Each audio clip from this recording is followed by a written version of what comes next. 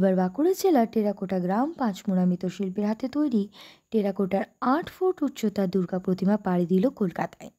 অতীতে বেশ একাধিক শিল্পীর হাতে তৈরি টেরাকোটা দুর্গা প্রতিমা কলকাতায় পাড়ি দিল বেশ কয়েক বছর কোনো প্রতিমা গড়ার বরাদ্দ পায়নি শিল্পীরা কলকাতার কোনো মণ্ডপ থেকে। তবে মণ্ডপসজ্জা টেরাকোটা জিনিসপত্র রাজ্য সহ দেশের বিভিন্ন প্রান্তে পাড়ি দিয়েছিল, কিন্তু দুর্গা প্রতিমা তৈরির বরাদ্দ পায়নি শিল্পীরা। তবে এই বছরে ফের টেরাকোটা গ্রামে বরাদ্দ আসাতে খুশি ফুটে উঠেছে টেরাকোটা শিল্পীদের।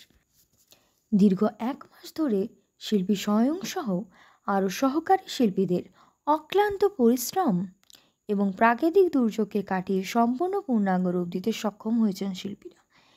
এবারে মাটি ও প্রাকৃতিকভাবে তৈরি মাটি গুলে আগুনে পুড়িয়ে এই ধরনের প্রতিমা তৈরি করেছেন তারা। 8 ফুট উচ্চতার টেরাকোটা দুর্গা প্রতিমা যে নজর কাড়বে সবার, তা এক প্রকার নিশ্চিত বলা চলে। কলকাতার কোন মণ্ডপে স্থান পাবে এই দুর্গা প্রতিমা, এই বিষয়টি শিল্পী নাম না বলতে পারলেও কলকাতার কোনো মণ্ডপে পুজো স্থান পাবে এই প্রতিমা বরাদ্দ পাওয়ার এজেন্সি থেকে কথা বলে প্রথম থেকেই নিশ্চিত মৃৎশিল্পী ব্রজনাথ কুম্ভকার। ব্রজনাথ কুম্ভকার জানান, কয়েক মাস আগে কলকাতা থেকে বেশ কয়েকজন আর্টিস্ট এসছিলেন পাঁচমোড়া টেরাকোটা গ্রামে টেরাকোটার কাজ দেখতে। পরে আর্টিস্টরা আমার সাথে যোগাযোগ করেন এবং আমি এই কাজে বরাদ্দ পাই এবং এই 8 ফুট দুর্গা প্রতিমার কাজ করে আমি খুব খুশি। বরাদ্দ পেয়ে প্রতিমা তৈরির কাজ করা শুরু করেন শিল্পী সহ আরও 2জন সহকারী শিল্পীকে নিয়ে। খুশি পুজোর আগেই বড় মাপের কাজ পেয়ে। শিল্পী আরও জানান, প্রত্যেক দুর্গাপুজোর আগে এই ধরনের বড় কাজ করার জন্য আমরা অপেক্ষায় থাকি। এতে শিল্পীর শিল্পকলা বা গুণমান যেমন একদিকে তুলে ধরতে সক্ষম হয়, তেমনি পুজোর আগে আর্থিকভাবেই লাভবান হয় শিল্পীরা, এমনটাই জানান শিল্পী ব্রজনাথ কুম্ভকার। অন্যদিকে আরেক সহকারী শিল্পী ভরত কুম্ভকার জানান, এর আগে দুর্গা প্রতিমা তৈরির সাথে যুক্ত থাকলেও এত বড় দুর্গা প্রতিমার কাজ যুক্ত এই প্রথমবারই তিনি হলেন। প্রাকৃতিক দুর্যোগ সহ বিভিন্ন বাধা কাটিয়ে প্রতিমা তৈরি কাজ করতে পেরে তারা খুশি। ভবিষ্যতে এই ধরনের কাজ করতে চাই, এই ব্যাপারে আরও জানান তিনি। কলকাতা থেকে আর্টিস্টরা এখানে এসেছিল এবং আমার ওয়ার্কশপ ঘুরে দেখে আমাকে ওনারা সিলেক্ট করেছিলেন যে এটা এরকম সাবেকি দুর্গার থেকে আলাদা করে একটা ফোক দুর্গা চাই, সেই হিসেবেই আমাকে ফোক দুর্গার অর্ডার দিয়েছিলেন।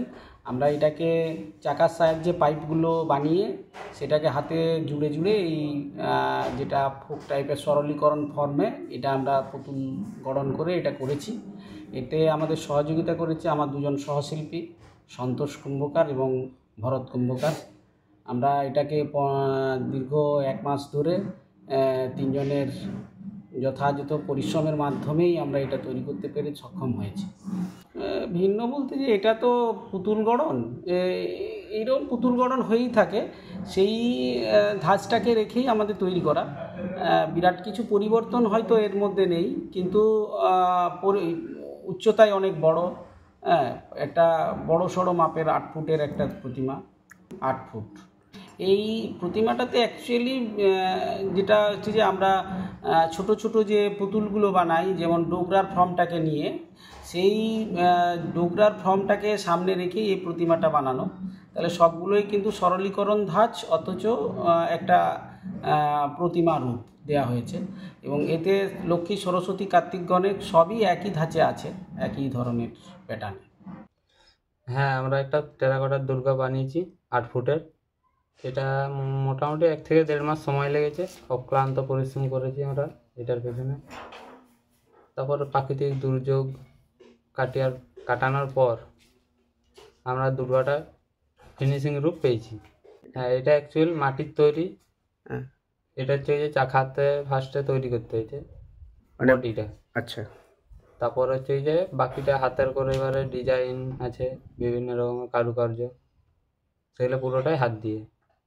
হ্যাঁ, তারপরে একটা মাটির কালার পাওয়া যায়, শুকানোর পর ওই মাটির কালারটা দিতে হয়েছে। তারপর ভাটিতে পোড়ানোর পর টেরাকোটা কালার হয়। ছিলেন না, এর আগে এত বড় থাকেনি, যদিও সেটা একটু ছোট ছিল এর আগের বছর। এবছরই 8 ফুটের পেয়েছি।